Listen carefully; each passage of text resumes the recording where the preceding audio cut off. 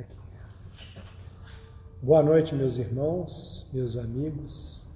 Estamos ao vivo, direto do A Caminho da Luz. Hoje à noite nós teremos a presença do nosso irmão Warwick, que aqui já está, se encontra, da Federação Espírita Brasileira. E aqui estamos nós, aqui do lado do nosso irmão Warwick, felizes por poder estar dentro do A Caminho da Luz, sentindo as emanações da casa, sentindo também a falta dos irmãos, mas nós sabemos que essa falta é temporária, que em breve, não sei quando, mas em breve, nós estaremos mais uma vez juntos, dentro deste cenáculo que tanto nos acolhe, que tem sido para nós frutos de muita alegria, de muita orientação, de muito trabalho, de muito conhecimento. Esta casa também para nós tem sido fruto de amadurecimento, uma vez que eu estou aqui desde os meus 3 anos de idade, estamos nesta casa.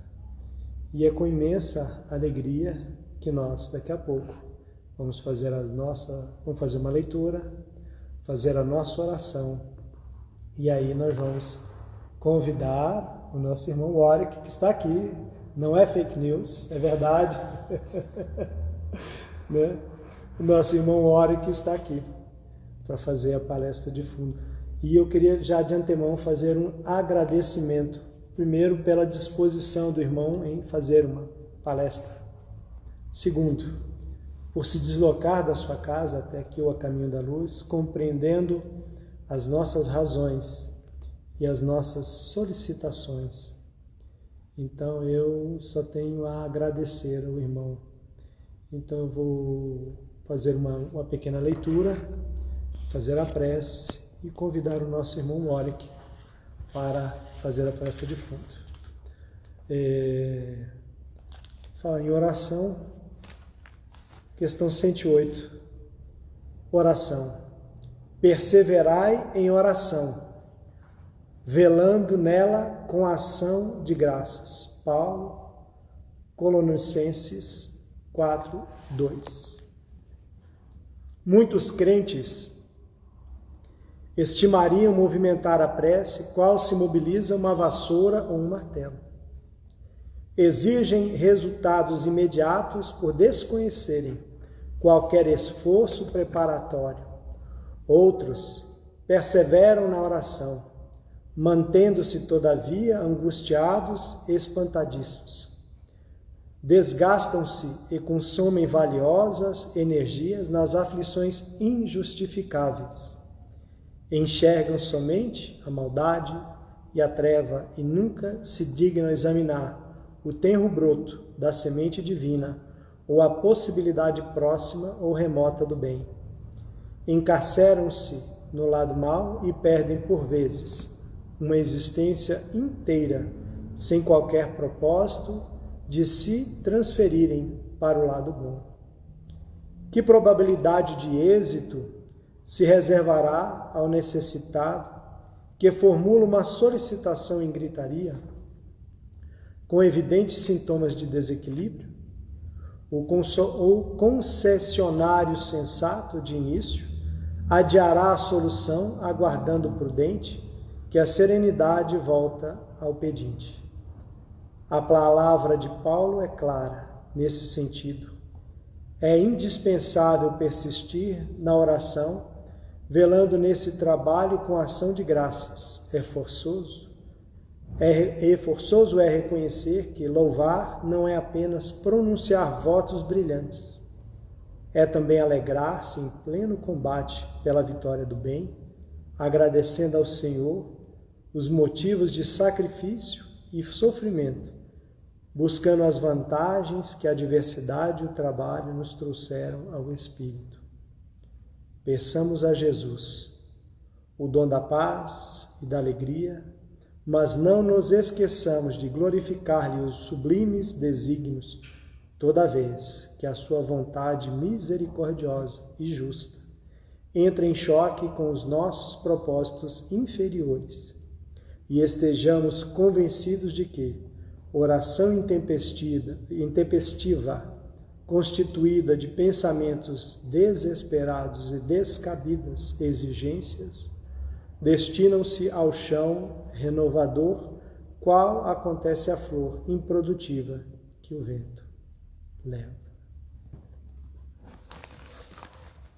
Mais uma vez, Paulo de Tarso, nos chamando para orarmos com profundidade, com sentimento, mas orarmos principalmente frutificando, não apenas florindo com belas palavras, mas semeando com boas atitudes, bons sentimentos. E é nesse intuito que eu vou agora convidar os irmãos para nós semearmos orações em nossos corações, em nossas vidas, agradecendo infinitamente a Deus, nosso Criador, Pai, soberanamente justo e bom, a este irmão maravilhoso, o nosso mestre, o nosso Rabi Nazareno, Jesus, o nosso Redentor, sem esquecer de toda a pleiade do Espírito de verdade que vieram trazer o Consolador prometido, coagulado pela inteligência, a dedicação de Kardec e toda a sua equipe anônima de voluntários. Oramos hoje em prol de todos que sofrem sem entender porquê, de todos que choram sem ter o consolo do espiritismo cristão para compreender a natureza das suas dores. Oremos por toda esta nação que ainda há de frutificar as suas sementes aqui plantadas, para servir de coração do mundo, pátria do Evangelho. Muito obrigado a todos e agora, respeitosamente, convidamos o nosso amigo, irmão Wara, que nós vamos fazer aqui um ajuste fino, para o nosso irmão aqui poder se manifestar aqui, Wara. Você pode ajustar aqui do jeito que quiser. Obrigado, Wara. Eu agradeço.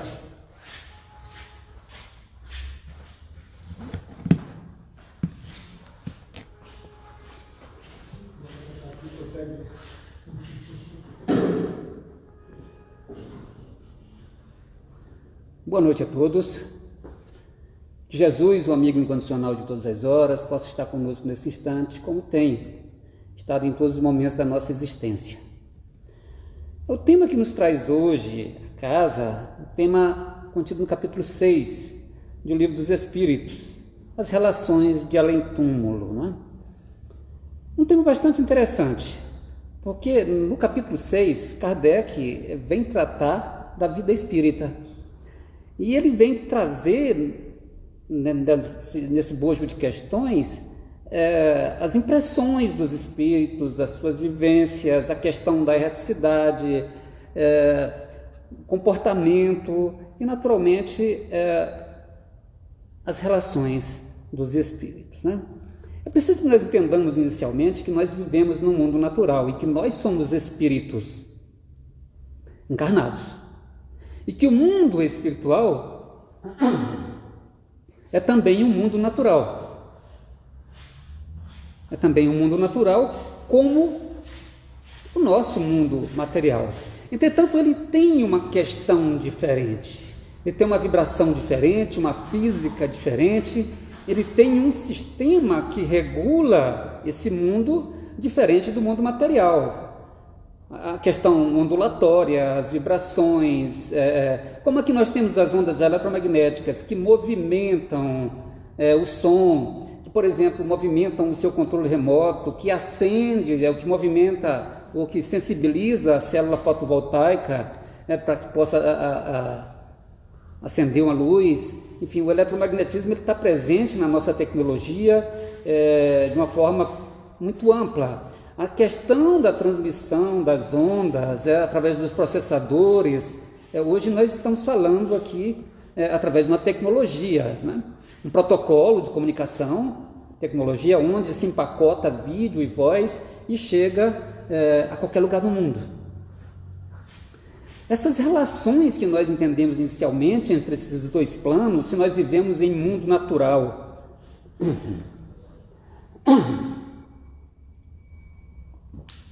o planeta, o plano encarnado e o mundo natural também, o plano desencarnado, naturalmente com leis da física diferentes, a gente já vai perceber que é muito importante que nós entendemos que da mesma forma que nós chegamos aqui no plano encarnado, nós chegamos no plano desencarnado, no plano extrafísico. Essas impressões, elas se parecem muito, mas não é a realidade do mundo espiritual. À medida que nós vamos nos aprimorando, nós vamos redimensionando os nossos potenciais, eles vão se ampliando, nós vamos adquirindo outras possibilidades de comunicação, de percepção. A percepção, exatamente, ela vai se modificar bastante. Porque as encarnações que ainda nós estamos tendo, ainda está num nível muito, muito básico, centenas e até milhares. Então nós chegamos no plano espiritual dentro de uma condição da forma que chegamos aqui e nos sentimos dentro de uma mesma situação que nós nos sentimos aqui. Com necessidades orgânicas, de comer, de andar, de conversar. Mas isso não é a realidade do plano espiritual, é uma realidade nossa. À medida que nós vamos evoluindo intelecto e moralmente dentro do plano físico, do plano extrafísico, nós vamos perceber que o plano espiritual é um mundo natural com várias dimensões. E essas dimensões são alcançadas pelo desenvolvimento do espírito. Kardec pergunta aos instrutores da humanidade se os espíritos das diferentes ordens se acham misturados uns com os outros. E aí nós pontuamos o seguinte: é necessário que, muitas vezes a gente lê uma questão dentro do livro dos Espíritos e acha que a resposta está completa ali.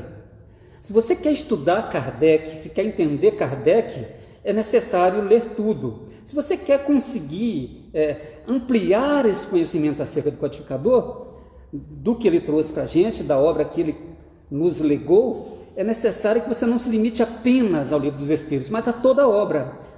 A Revista Espírita, a Gênese, Céu e Inferno, porque a pergunta, a resposta que está no livro dos Espíritos, ela está ampliada nas outras obras. E a obra de Kardec é muito completa. Nós vivemos num mundo onde as coisas se desfazem muito naturalmente. A gente precisa de energia para se manter em pé. Nós precisamos de alimentação. Nós precisamos de remédios, porque tudo tende a se desfazer. O nosso corpo físico tende a se desfazer. Nesse momento nós estamos criando anticorpos para lutar contra determinados vírus, não apenas esse do momento, mas uma série de acontecimentos orgânicos, químicos, que movimentam a nossa estrutura física. As células se desfazem. No plano espiritual não existe a física chama isso de entropia, né? E não existe essa entropia, as coisas são perenes, a gente lá não perde um braço, não perde uma perna, não há um acontecimento de alguma perda. Tudo permanece fixo, tudo permanece como está. Então, como os benfeitores esclarecem, eles se veem, mas distinguem um dos outros. Ora, na questão 100, eu acabei de falar que é necessário que a gente explore Kardec. Se nessas questões do capítulo 6, ele começa a indagar a respeito disso, nós temos que voltar à questão 100 para entender ordem. Quando Kardec didaticamente estabelece a classificação dos espíritos, ele busca, através de um planejamento didático, classificar esses espíritos em ordens e classes. Então ele coloca lá os espíritos de primeira ordem, de segunda ordem e de terceira ordem. E dentro dessas ordens, ele vai colocar as classes, mas apenas dentro de uma ordem. Dentro da primeira ordem, nós temos os espíritos puros. Da segunda ordem, nós temos os espíritos superiores, os espíritos de sabedoria, os espíritos sábios, os espíritos benfeitores. Na terceira ordem, nós temos os espíritos imperfeitos, os batedores, os brincalhões. Então, primeira ordem, os espíritos puros, ele não se divide em classe. Segunda e terceira ordem se dividem em classes. E é importante que a gente entenda isso. É importante que nós percebamos que os espíritos da terceira ordem, eles têm um predomínio da matéria sobre o espírito. Os da segunda ordem já predominam sobre a matéria. E o espírito de primeira ordem, ele não lida com isso. Estabelecido essa classe, que ela não se exaure, simplesmente, Kardec até fortalece, né, esse pensamento de que ele não está exaurindo ali, levando à exaustão toda a classificação. Ele necessita de uma classificação para estabelecer. Quando nós colocamos os espíritos de terceira ordem, que são da 10ª, 9ª, 8ª, 6ª, 7ª e 6ª classe, a gente vai distribuir ali, no nível de desenvolvimento moral, a classe a que esses espíritos pertencem. Como é que a gente poderia trazer uma analogia desse comportamento, ou dessa distribuição de perfis? Se nós olharmos a nossa sociedade de uma forma geral, nós vamos perceber que há uma classificação social. Isso está patente. E às vezes ela é mal distribuída por uma série de requisitos, de quesitos políticos, sociais, e uma série de acontecimentos que envolvem também repercussões do plano espiritual. Mas a gente consegue perceber dentro de uma classe a questão cultural, a questão intelectual, a questão social, a questão financeira, que é do ponto de vista material. Mas quando nós estamos classificando os espíritos, nós estamos classificando moralmente. E nenhuma vinculação com status quo, com condição social, condição financeira, está relacionada, até porque os títulos no plano espiritual não têm nenhum sentido.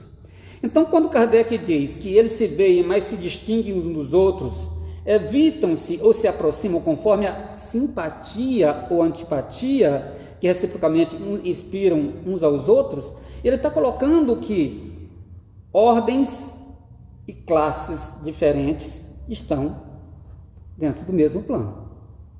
Mas eles se evitam por uma questão de atração, de afinidade, de simpatia.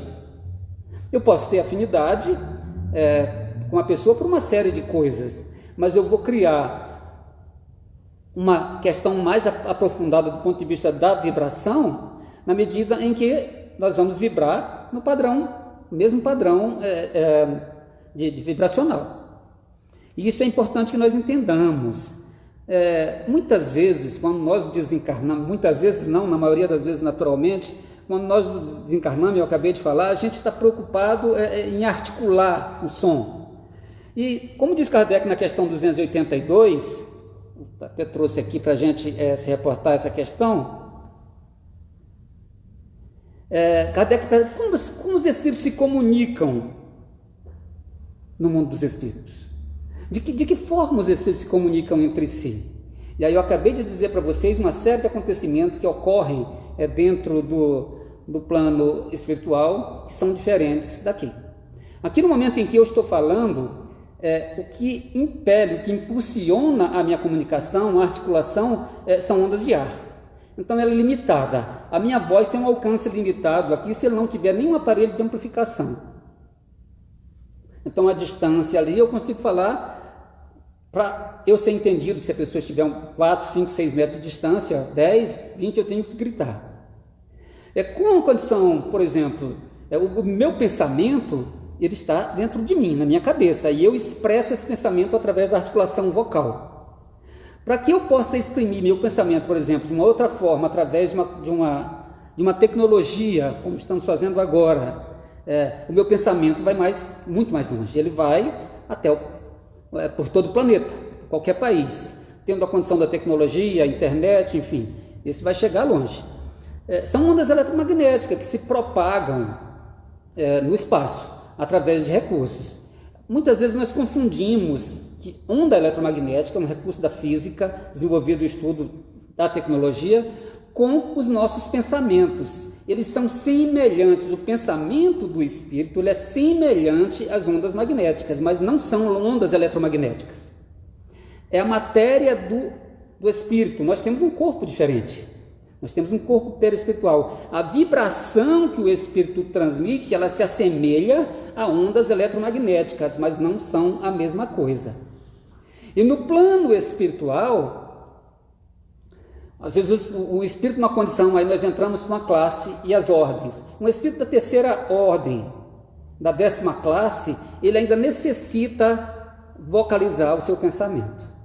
E muitas vezes ele está conversando, ainda não tem essa percepção de que o pensamento pode ser o elemento de comunicação, porque ele se propaga através do fluido universal.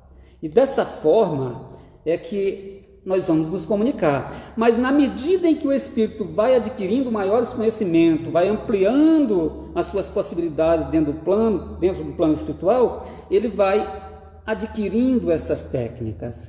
Quando nós vemos nosso lar, o filme, nós percebemos que naquela colônia espiritual, que ainda está muito próxima do umbral, as pessoas se movimentam de diversas formas, por volitação, através de um veículo, ou caminham naturalmente.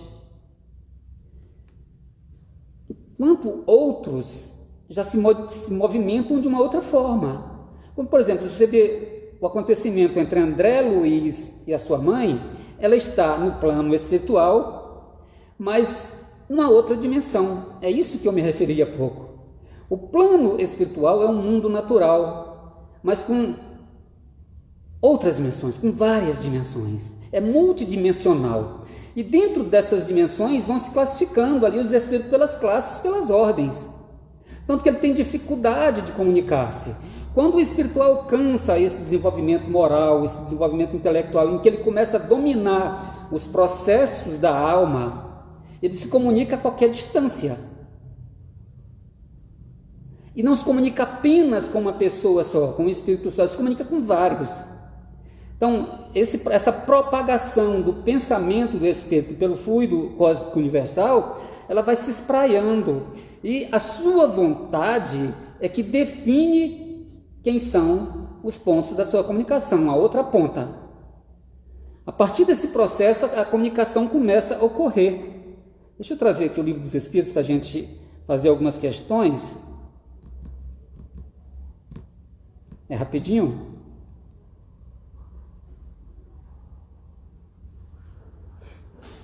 É importante que a gente vá, eu tenho aqui, entendendo que dentro do plano espiritual, essas relações entre os espíritos, elas se mantêm. Por exemplo, de que natureza, na questão 280, Kardec pergunta aos espíritos, de que natureza são as relações entre os bons e os maus espíritos? E os espíritos respondem, os bons se ocupam em combater as más inclinações dos outros, a fim de ajudá-los a subir, que essa é a sua missão. É interessante observar que os espíritos bons, ele têm acesso a qualquer ambiente. Mas a localização onde os espíritos bons estão situados, vamos dizer assim, dentro da geografia do plano espiritual, esses locais estão interditados aos espíritos inferiores. Então eles não têm esse alcance a fim de que não venham perturbar esses ambientes. Como o espírito superior se encontra numa condição diferente e que a ele é liberado o acesso de forma geral, ele tem ali por missão auxiliar aqueles que estão numa condição de dificuldade. Então, por isso, esse acesso, essas possibilidades que naturalmente se ampliam, né? Podem os espíritos reciprocamente dissimular seus pensamentos ou podem ocultar um dos outros? Eu estava falando há pouco que a gente chega no plano espiritual ainda como se estivesse aqui no plano encarnado. E alguns espíritos sequer sabem que estão desencarnados. E muitas vezes eu estou tentando articular uma comunicação de uma forma vocal e me chega uma comunicação via mental, pelo pensamento, e eu entendo que aquele pensamento é meu. O tão materializado que eu ainda estou. Nós ainda precisamos crescer muito como espíritos. Então, nesse processo, o meu pensamento é matéria mental. E tudo aquilo que eu penso, que é movido pela vontade, na minha psicosfera pessoal, na minha atmosfera íntima, essa comunicação, vamos dizer assim, essa expansão de matéria mental toma forma. A forma tomada ela decorre dos meus sentimentos, das minhas sensações, daquilo que eu ainda projeto em forma de sensações de uma maneira geral. Então, por exemplo, a maledicência, a sensualidade e outras coisas, eu vou plasmando essas formas que fazem parte, vamos dizer assim, da minha convivência íntima, das coisas que eu guardo para mim, e essas informações, elas são plasmadas, de forma que eu não consigo esconder. Como, por exemplo, eu posso estar falando aqui com uma outra pessoa, falando uma coisa, mas pensando outra. Para os espíritos eu não consigo fazer isso. Eles vão perceber aquilo que eu estou pensando. Então não tem como nós enganarmos a espiritualidade, achando que estamos enganando eles, falando outra coisa e pensando outra, sem nenhuma condições, né? Vamos ser naturalmente percebidos muito facilmente. Na questão 284, Kardec pergunta: como podem os espíritos, não tendo corpo, comprovar suas individualidades e distinguir-se dos outros seres espirituais que os rodeiam? Os espíritos respondem: comprovam suas individualidades pelo perispírito, que os torna distinguíveis uns dos outros, como faz o corpo entre os homens. Nós mantemos uma individualidade. Nós passamos por um processo de desenvolvimento, que é o aprimoramento do princípio espiritual, que transita pelos reinos da natureza, até adquirir uma condição espiritual, onde nós partimos então dali de um marco zero, onde nós nos tornamos espíritos com individualidade. Quando Kardec pergunta o que são os espíritos, os espíritos imediatamente respondem: são seres inteligentes da criação. Há um algoritmo muito fácil da gente entender essas ações dos espíritos, naturalmente nós marcamos a nossa individualidade pelo nosso perispírito. O corpo, quando nós fazemos alguma coisa, o algoritmo é muito simples, está lá em Obras Póstumas. O espírito quer, o perispírito transmite, o corpo executa. Então a vontade está sempre no espírito. No plano espiritual ele não tem essa outra interface física. Ele tem apenas o espírito e o perispírito.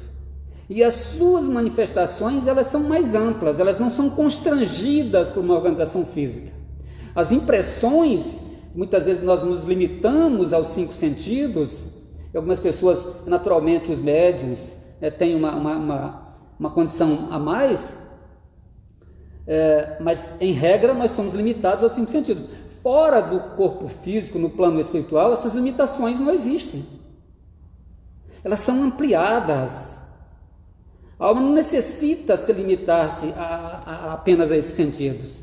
Na obra Hipnotismo e Mediunidade, que é um clássico do Lombroso, que era um jurista italiano, ele mostra um fenômeno que ocorre chamado transposição dos sentidos, em que ele está lidando com uma moça que tem uma dificuldade,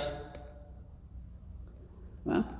E nesse momento de transe ela consegue ver com qualquer parte do seu corpo, ou seja, como se a visão se transpusesse para outro membro, para a perna, para o braço, para a mão. Então é a visão da alma, ela é ampliada. O que a gente quer mostrar é exatamente as possibilidades que o espírito tem.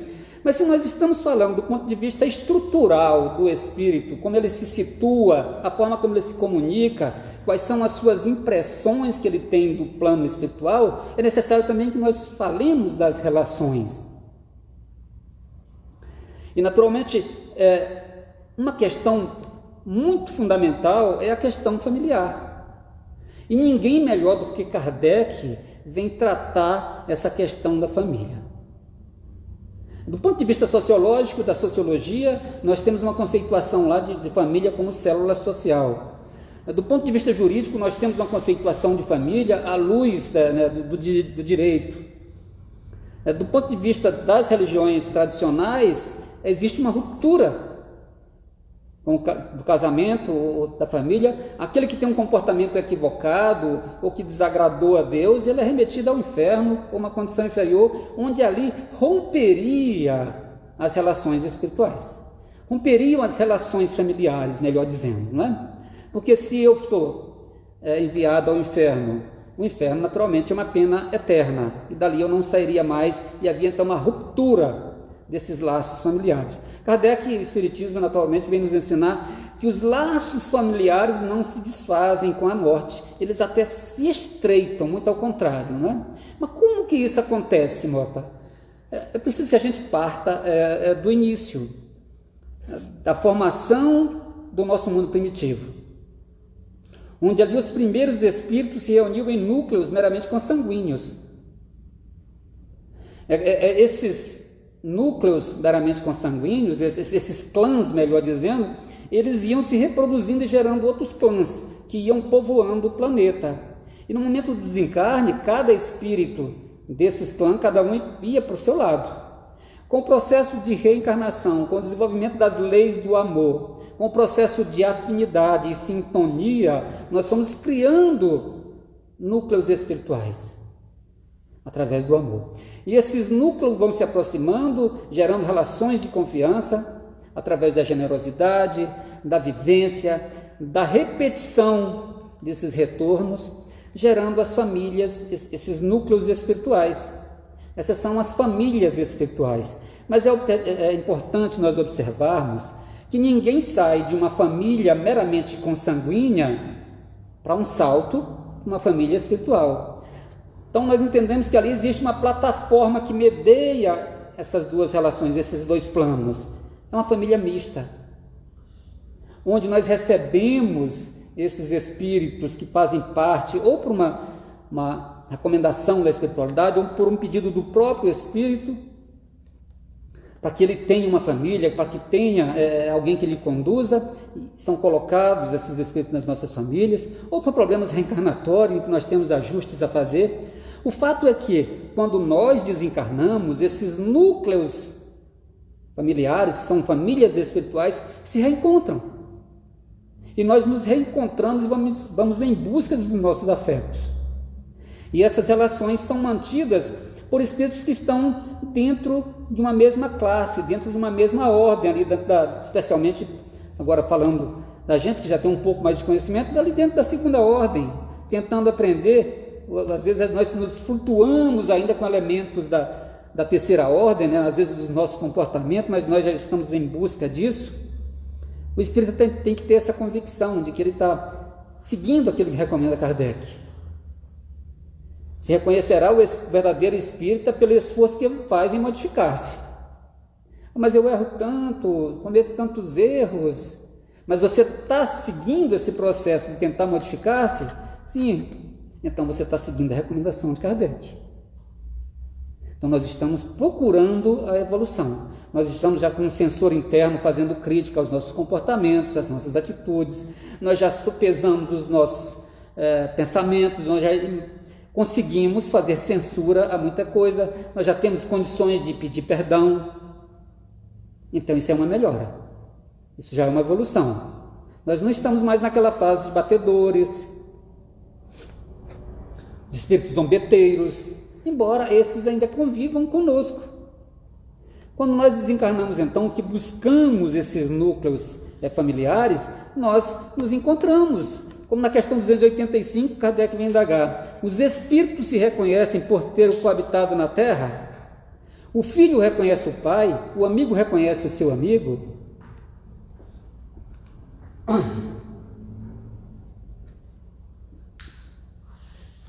Os espíritos são claros, perfeitamente, e assim de geração em geração. Mas Kardec desdobra na 285A.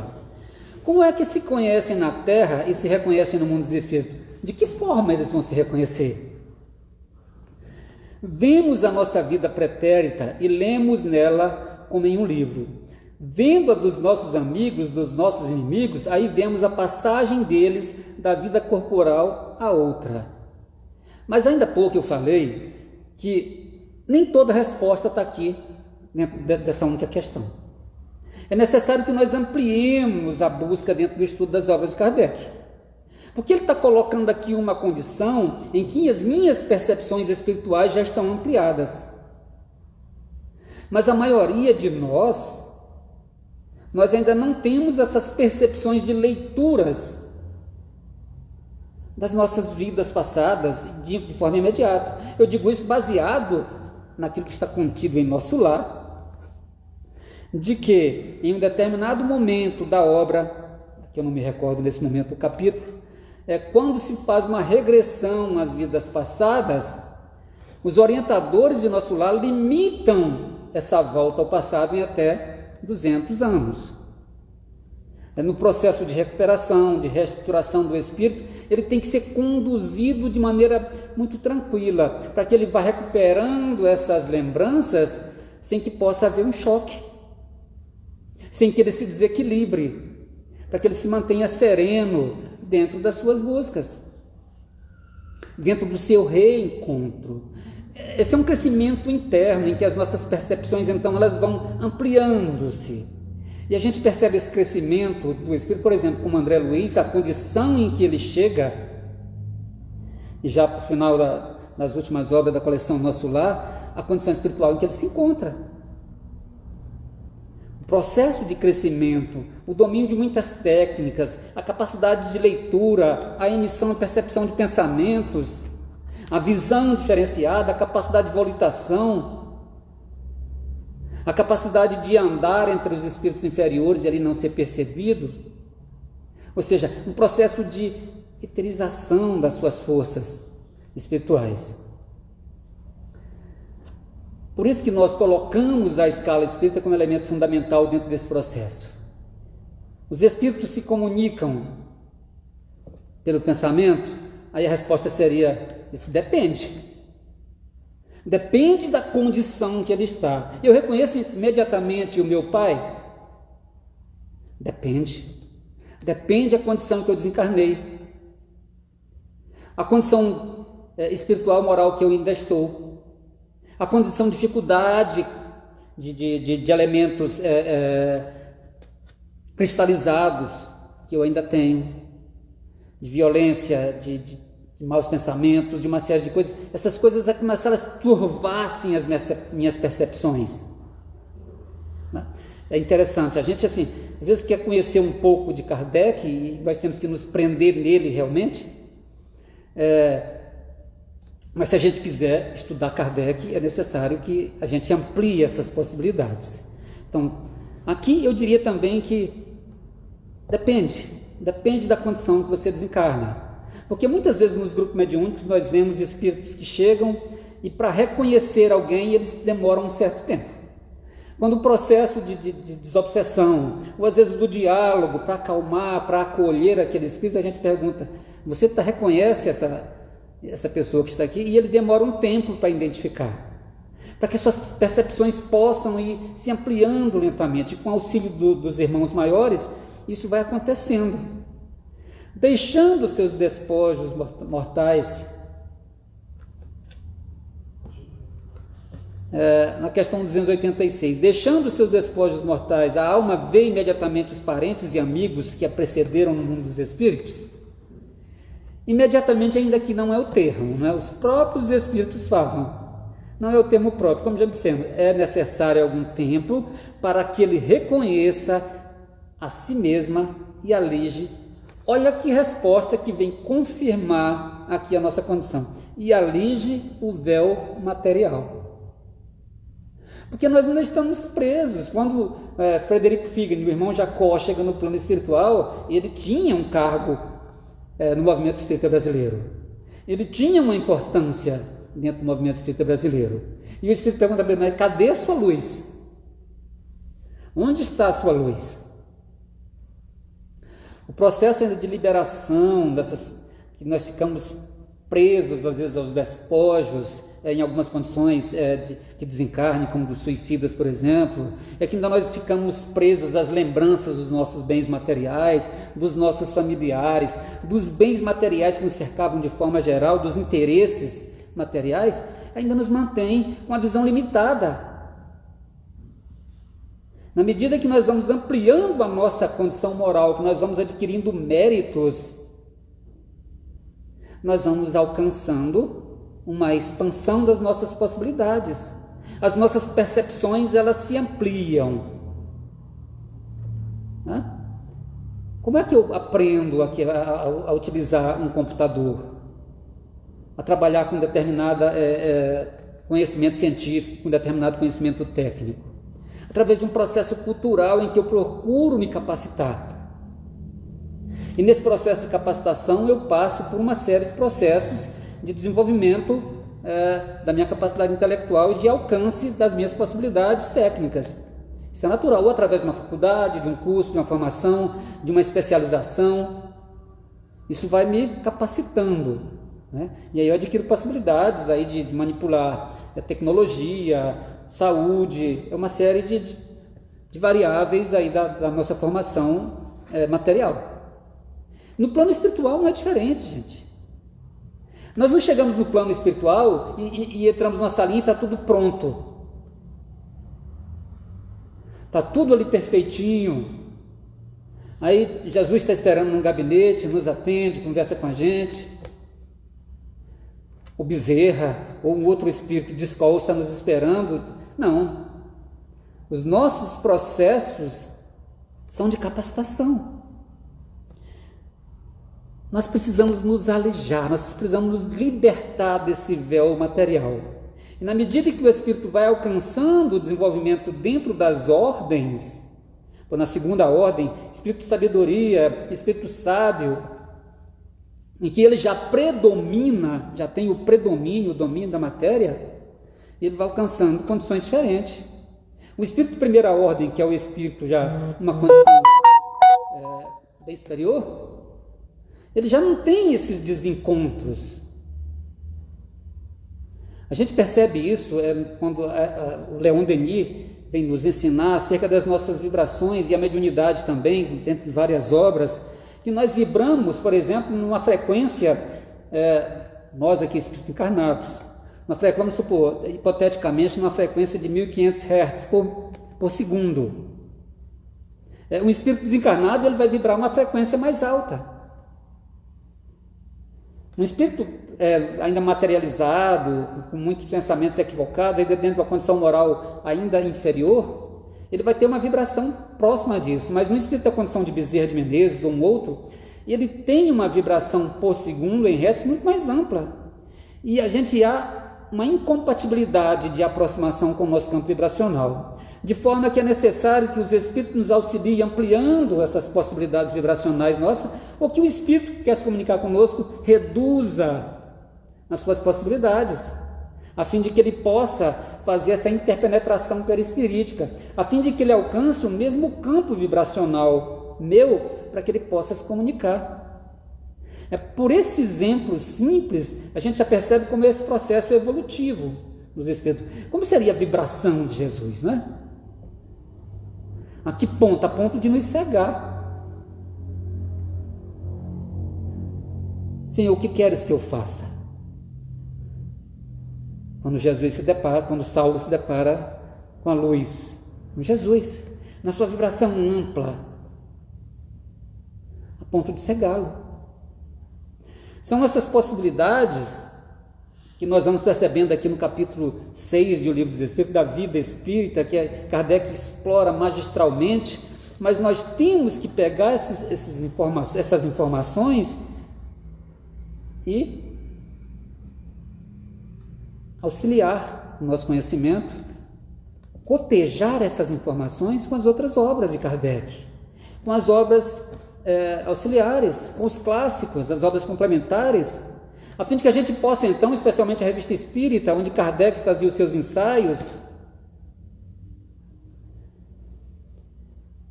como é acolhida a alma no seu regresso ao mundo dos espíritos? Na questão 287. A do justo como bem-amado irmão, desde muito tempo esperado, a do mau espírito como ser desprezível.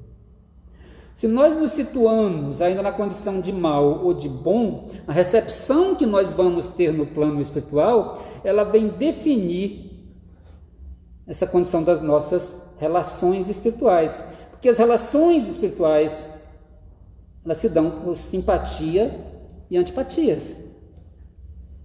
E que bom que a gente pode se guiar pelo Livro dos Espíritos para discutir essas questões. É como se Kardec estivesse fazendo uma explanação da situação do mundo espiritual. É como se ele pegasse esse mundo natural e estivesse mostrando as suas dimensões diferentes, as suas possibilidades diferentes. E onde nós nos situaríamos dentro dessa condição?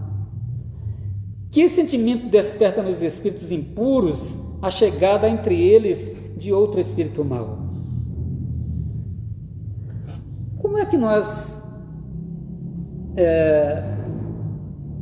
fazemos as nossas amizades? Como é que nós conquistamos as nossas amizades? Como é que nós desenvolvemos os nossos processos relacionais?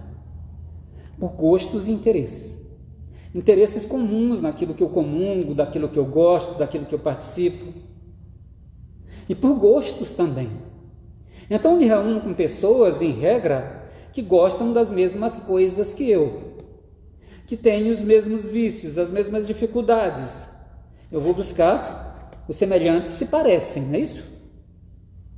Eu vou buscar essas pessoas que comungam das mesmas impressões.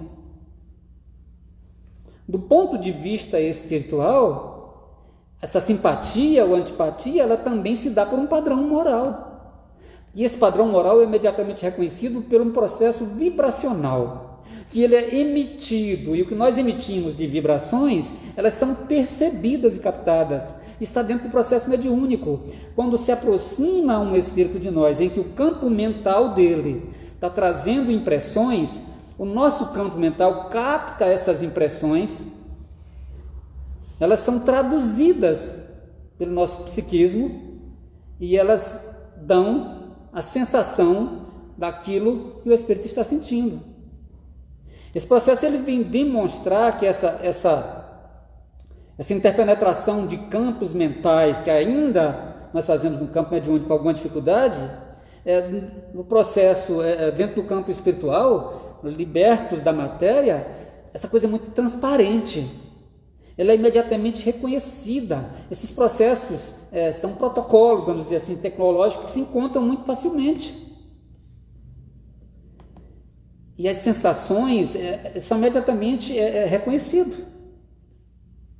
Os maus ficam satisfeitos quando veem seres que se assemelham e privados também da infinita ventura, qual na terra um tratante entre seus iguais. É como se ele se sentisse ali completado por aquelas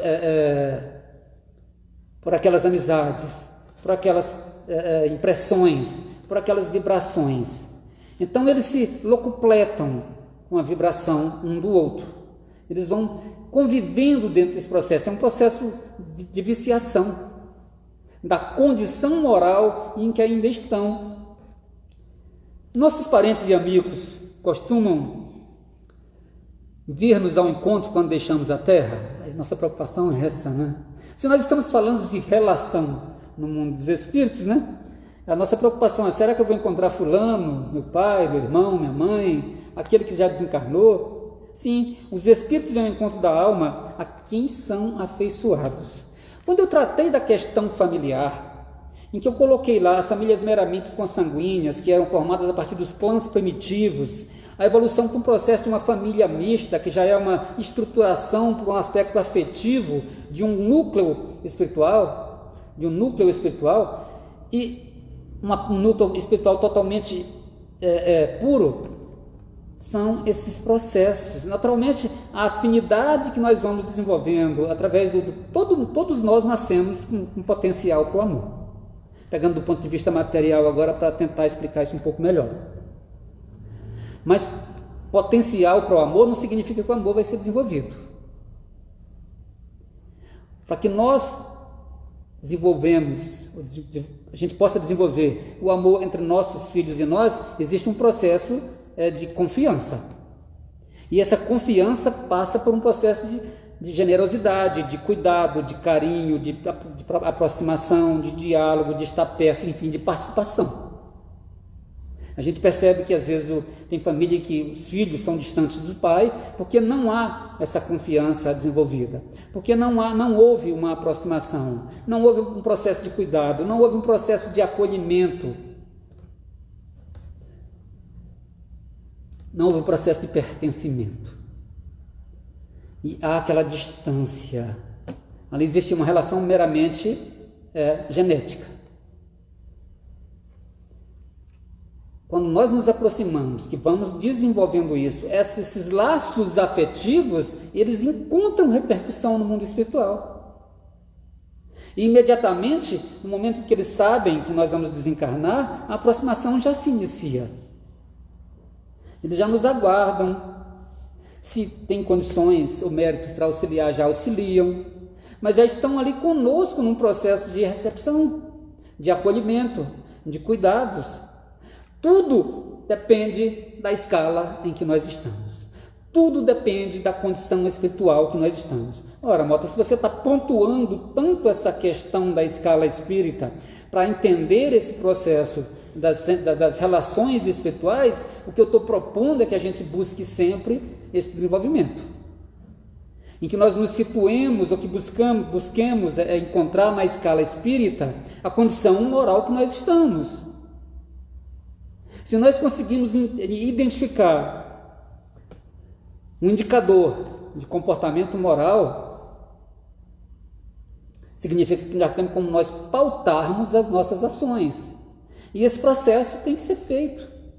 Essa é a reforma moral. Olha só, se os espíritos vão ao encontro da alma a quem são afeiçoados, felicitam-na como se regressasse de uma viagem por haver escapado aos perigos da estrada, e ajudam a desprender-se dos liames corporais. É uma graça concedida aos bons espíritos, ou lhes virem ao encontro os que o amam, ao passo que aquele que se acha maculado permanece em isolamento. É claramente pontuado por Kardec, não é?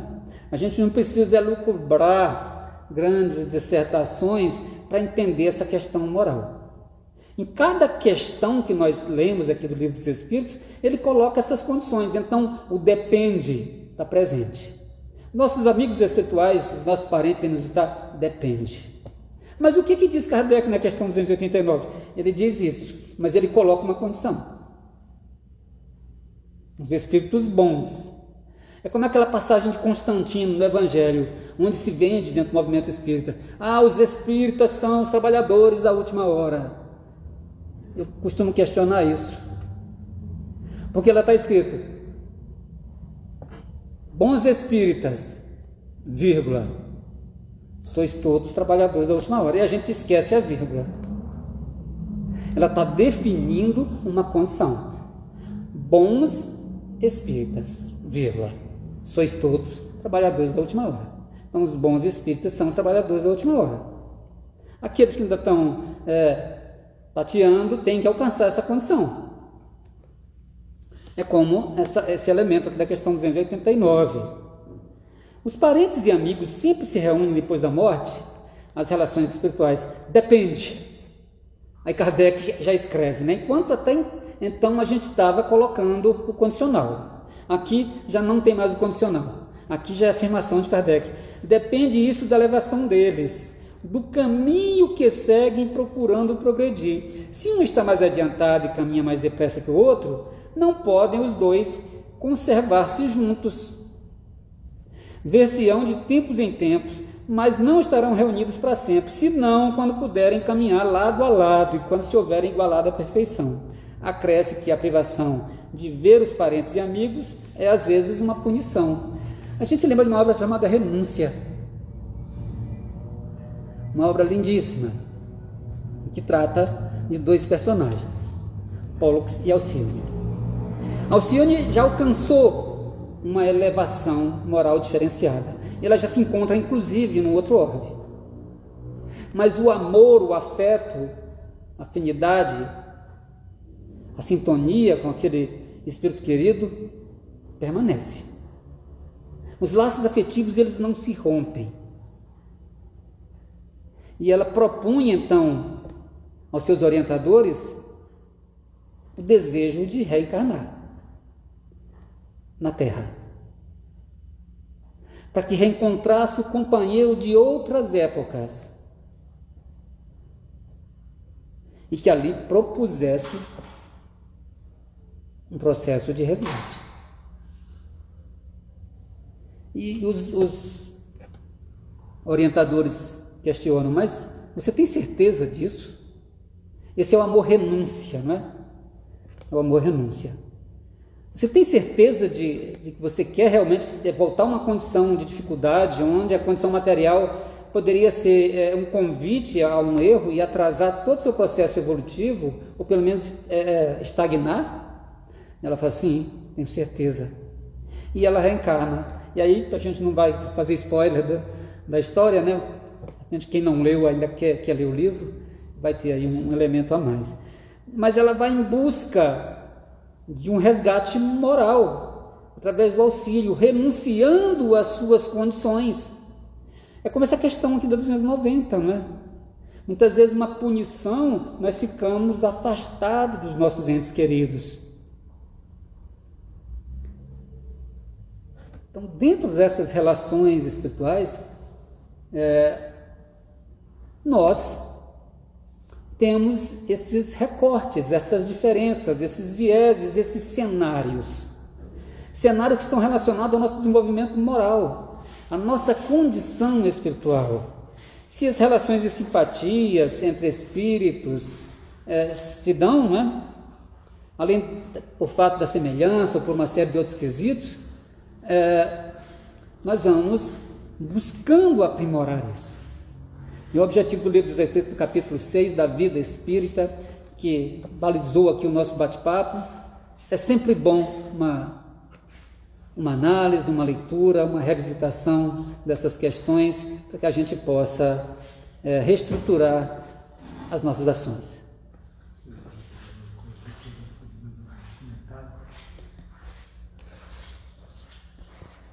Bom, meus irmãos, o que vocês acharam?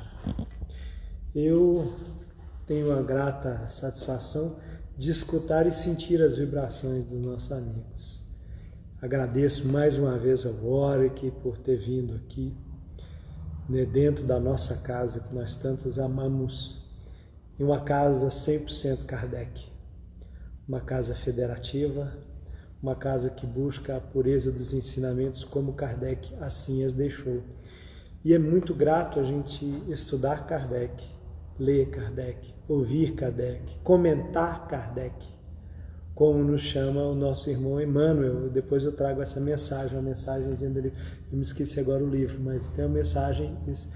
E que pena que passou tão rápido, né? E nós vamos convidar o irmão para continuar os assuntos relativos a isso. E se a gente não quer perder nenhum ente querido, né, é melhor a gente evoluir, né, Warwick? Exatamente. Quer guardar todo mundo, né? Evolua. Evolua, né? Procure mudar o seu padrão, é isso que a gente tem que buscar, né? Sair daquela classe que nós estamos, uma classe superior para uma ordem melhor, né? É isso que nós buscamos, é isso que a doutrina propõe. A classificação que eu coloquei aqui em paralelo com as relações no mundo espiritual, ela é fundamental, porque a gente tem que buscar sempre uma ordem superior ao nosso processo de crescimento. Desculpe aqui fazer uma parte, mas dependendo das nossas classes sociais, classes espirituais dependem única e exclusivamente de nós. Não depende de condição financeira, de nada disso. Depende só de nós. Meus irmãos, o tempo está acabando e a gente tem que encerrar, porque senão a live vai se encerrar naturalmente, que ela termina com 1 hora. Né? Como nós fizemos uma pequena leitura de ambientação, eu agradeço muito a paciência do nosso irmão Warwick de ter vindo e a de vocês aqui por estarem conosco, prestigiando o nosso irmão, prestigiando a casa nesses momentos de transição. De transição. Estamos transicionando e é importante que transicionemos para cima, buscando sempre essas orientações, né? E tem 28 segundos restantes. Eu só queria agradecer a Deus, a Jesus, a Kardec, a esta casa e ao Espiritismo pela oportunidade de sermos melhores. Boa noite a todos. Contamos terça-feira, 19h30, aqui. Um abraço. Gostou da tua glória? Rapaz, Sentiu?